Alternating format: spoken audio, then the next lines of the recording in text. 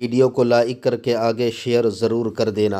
اندر اپنے حبیب کی ولادت کا ذکر کیا ہے تو صحابہ کیوں نہ کرتے، تابعین کیوں نہ کرتے، اولیاء کیوں نہ کرتے۔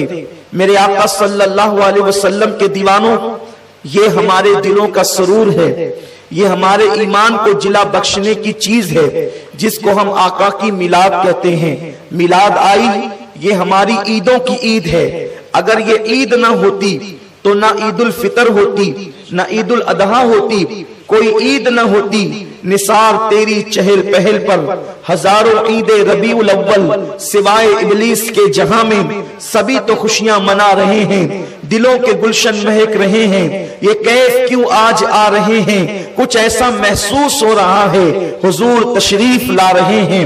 میرے پیارے آقا علیہ السلام کے پیارے دیوانوں، یہ کلیاں نہ ہوتی، نہ یہ گلوں کا تبسم ہوتا، نہ یہ چاند کی چاندنی ہوتی، نہ یہ سورج کی رانائیاں ہوتی، نہ یہ شفق کا جمال ہوتا، نہ یہ افق کی سرخی ہوتی، نہ یہ آسمانوں کا سائبان ہوتا، نہ یہ زمین کی چادر ہوتی، نہ سبزہ زار ہوتا، نہ بھوروں کی گنگناہٹ ہوتی، نہ چڑیوں کی چہچہاہٹ ہوتی، نہ لالا کے رخسار ہوتے، نہ نرگس سی آنکھیں ہوتی، نہ زلفیں ہوتی، نہ خم ہوتا، نہ میں ہوتا، نہ سرائی ہوتی، نہ جام ہوتا، نہ کائنات ہوتی، نہ ارضیات ہوتے، نہ فلکیات ہوتے، کچھ نہ ہوتے، نہ بلکھاتی ہوئی ندیاں ہوتی، نہ گرتے ہوئے آبشار ہوتے، نہ موجیں مارتے ہوئے سمندر ہوتے، نہ دریاؤں کی روانی ہوتی، نہ سمندروں کی طغیانی ہوتی، نہ پتھروں کا وجود ہوتا، نہ پہاڑوں کا غرور ہوتا، نہ درختوں کی سبزہ دار ہوتی، کچھ نہیں ہوتا کائنات میں، نہ ستاروں کی انجمن ہوتی، نہ خدا کی تسبیح و تحلیل ہوتی،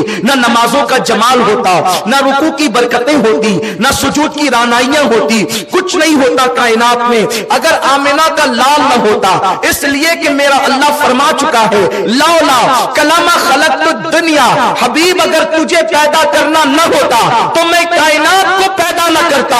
وہ وجہ کن فکا ہے، وہ وجہ تخلیق کائنات ہے جسے آمنہ کا لال کہتے ہیں، کیونکہ میرے اللہ نے فرمایا کنت کنزا مخفیا فاحببت عرفا ونفخت فی من روحی، میں تو ایک چھپا ہوا خزانہ تھا، اللہ ہمیشہ سے ہے، ہمیشہ رہے گا۔ اللہ فرماتا ہے میں ایک چھپا ہوا خزانہ تھا، میں نے اپنے آپ کو چھپا کر کے رکھا تھا، جب میں نے چاہا کہ مجھے پہچانا جائے تو میں نے انسانیت کی جان آمنہ کے لال محمد الرسول اللہ کو پیدا کر دیا۔ میرے آقا علیہ السلام کے پیارے دیوانوں، جنت ان کے طفیل بنی، دوزخ ان کے طفیل بنی، عرش ان کے طفیل بنا، فرش ان کے طفیل بنا، کرسی ان کے طفیل بنی، فرشتے ان کے طفیل بنے، جنات ان کے طفیل بنے، انس ان کے طفیل بنے۔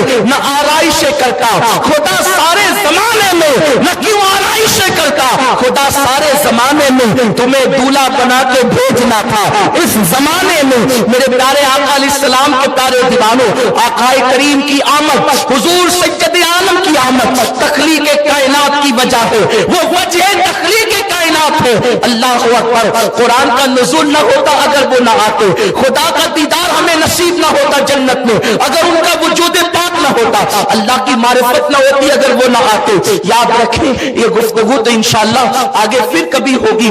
آج جو میرا عنوان ہے ہم میلاد کیوں نہ منائیں، میں اس پر آج گفتگو کرنا چاہتا ہوں۔ اپنے بیگانے میلاد سے محبت کرنے والوں سے بھی اور میلاد کی مخالفت کرنے والوں سے بھی بس میں تھوڑی دیر ان کے کانوں کی سماعت، ان کے دلوں کی توجہ، ان کی نظروں کی جو ہے وہ پاکیزگی اپنے چہرے کی طرف چاہتا ہوں تاکہ لوگ سنیں ہم میلاد کیوں نہ منائیں۔ میرے آقا صلی اللہ علیہ وسلم کے دیوانوں، میلاد کہتے ہیں آقا کریم صلی اللہ علیہ وسلم کی ولادت کے ذکر کے کرنے کو۔ حضور تشریف لائے تو کیا ہوا، آقا کی آمد ہوئی تو کیا ہوا، بس اسی کا ذکر کرنا یہ میلاد النبی صلی اللہ علیہ وسلم ہے۔ اب اس کے لیے کوئی اہتمام کرے، کوئی انتظام کرے، کوئی جو ہے وہ سجاوٹ کرے تو یہ جت قدر اہتمام بڑھتا جائے گا اسی قدر جو ہے وہ ثواب بھی بڑھتا جائے گا، کیونکہ اہتمام عزت و توقیر کے لیے ہوتا ہے، تعظیم و احترام کے لیے ہوتا ہے۔ اب آئے میں آپ کو بتاؤں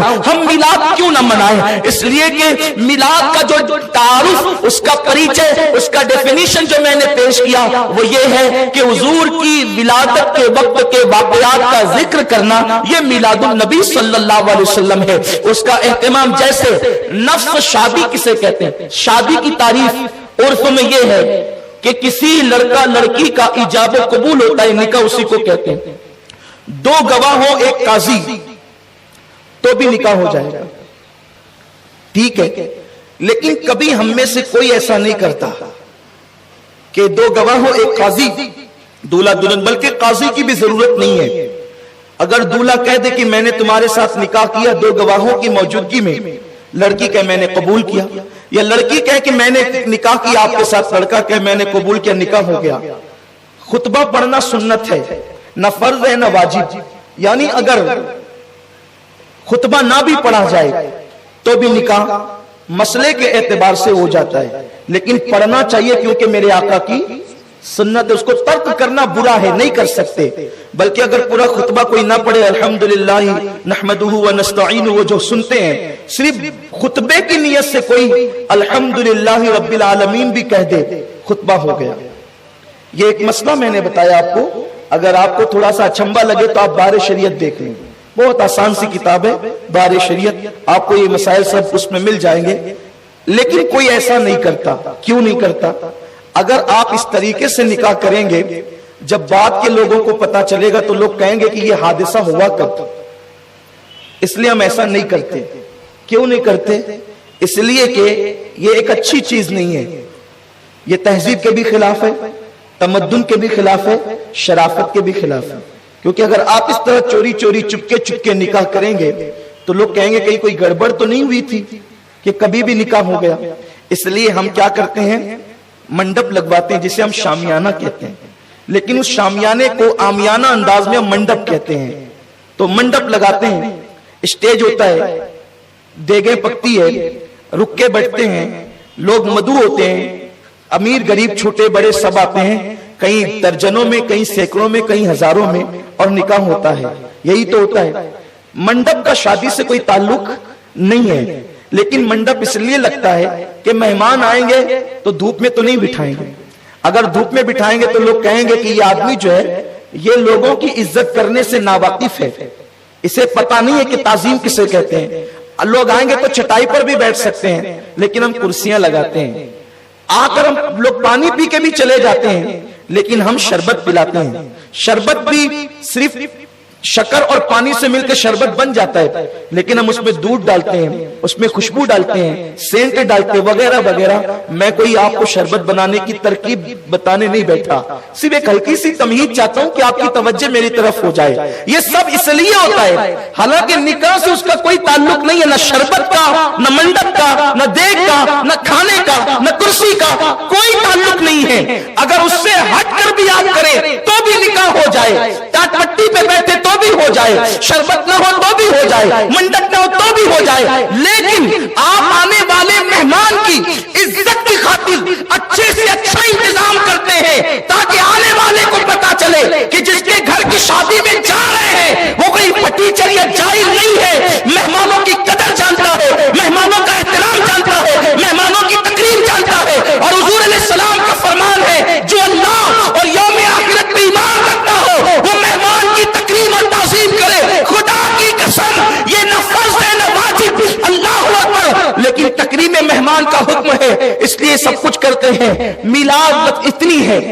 میلاد بس اتنی ہے کہ حضور کی آمد کا ذکر کیا جائے، لیکن چونکہ آنے والا اس قدر شان و شوکت والا ہے، خدا کا حبیب ہے کہ ہمارا دل نہیں بھرتا کہ زمین پہ بیٹھ کر وہ واقعات بیان کرے، اس لیے ہم لائٹنگیں بھی لگاتے ہیں، کمکمے بھی لگاتے ہیں، اسٹیج بھی سجاتے ہیں، جھنڈے بھی لگاتے ہیں، دھوم دھام کرتے ہیں، تاکہ پتہ چل جائے آنے والا معمولی نہیں، وہ اللہ کا نائب مطلق آ رہا ہے۔ تقریر کا حکم تعظیم کے لیے کیا جاتا ہے، ورنہ میلاد صرف واقعات میلاد کو بیان کرنے کا نام ہے۔ اب آئیے نہ خدا نے کیسے ان کی آمد بیان کی۔ میرا اللہ فرماتا ہے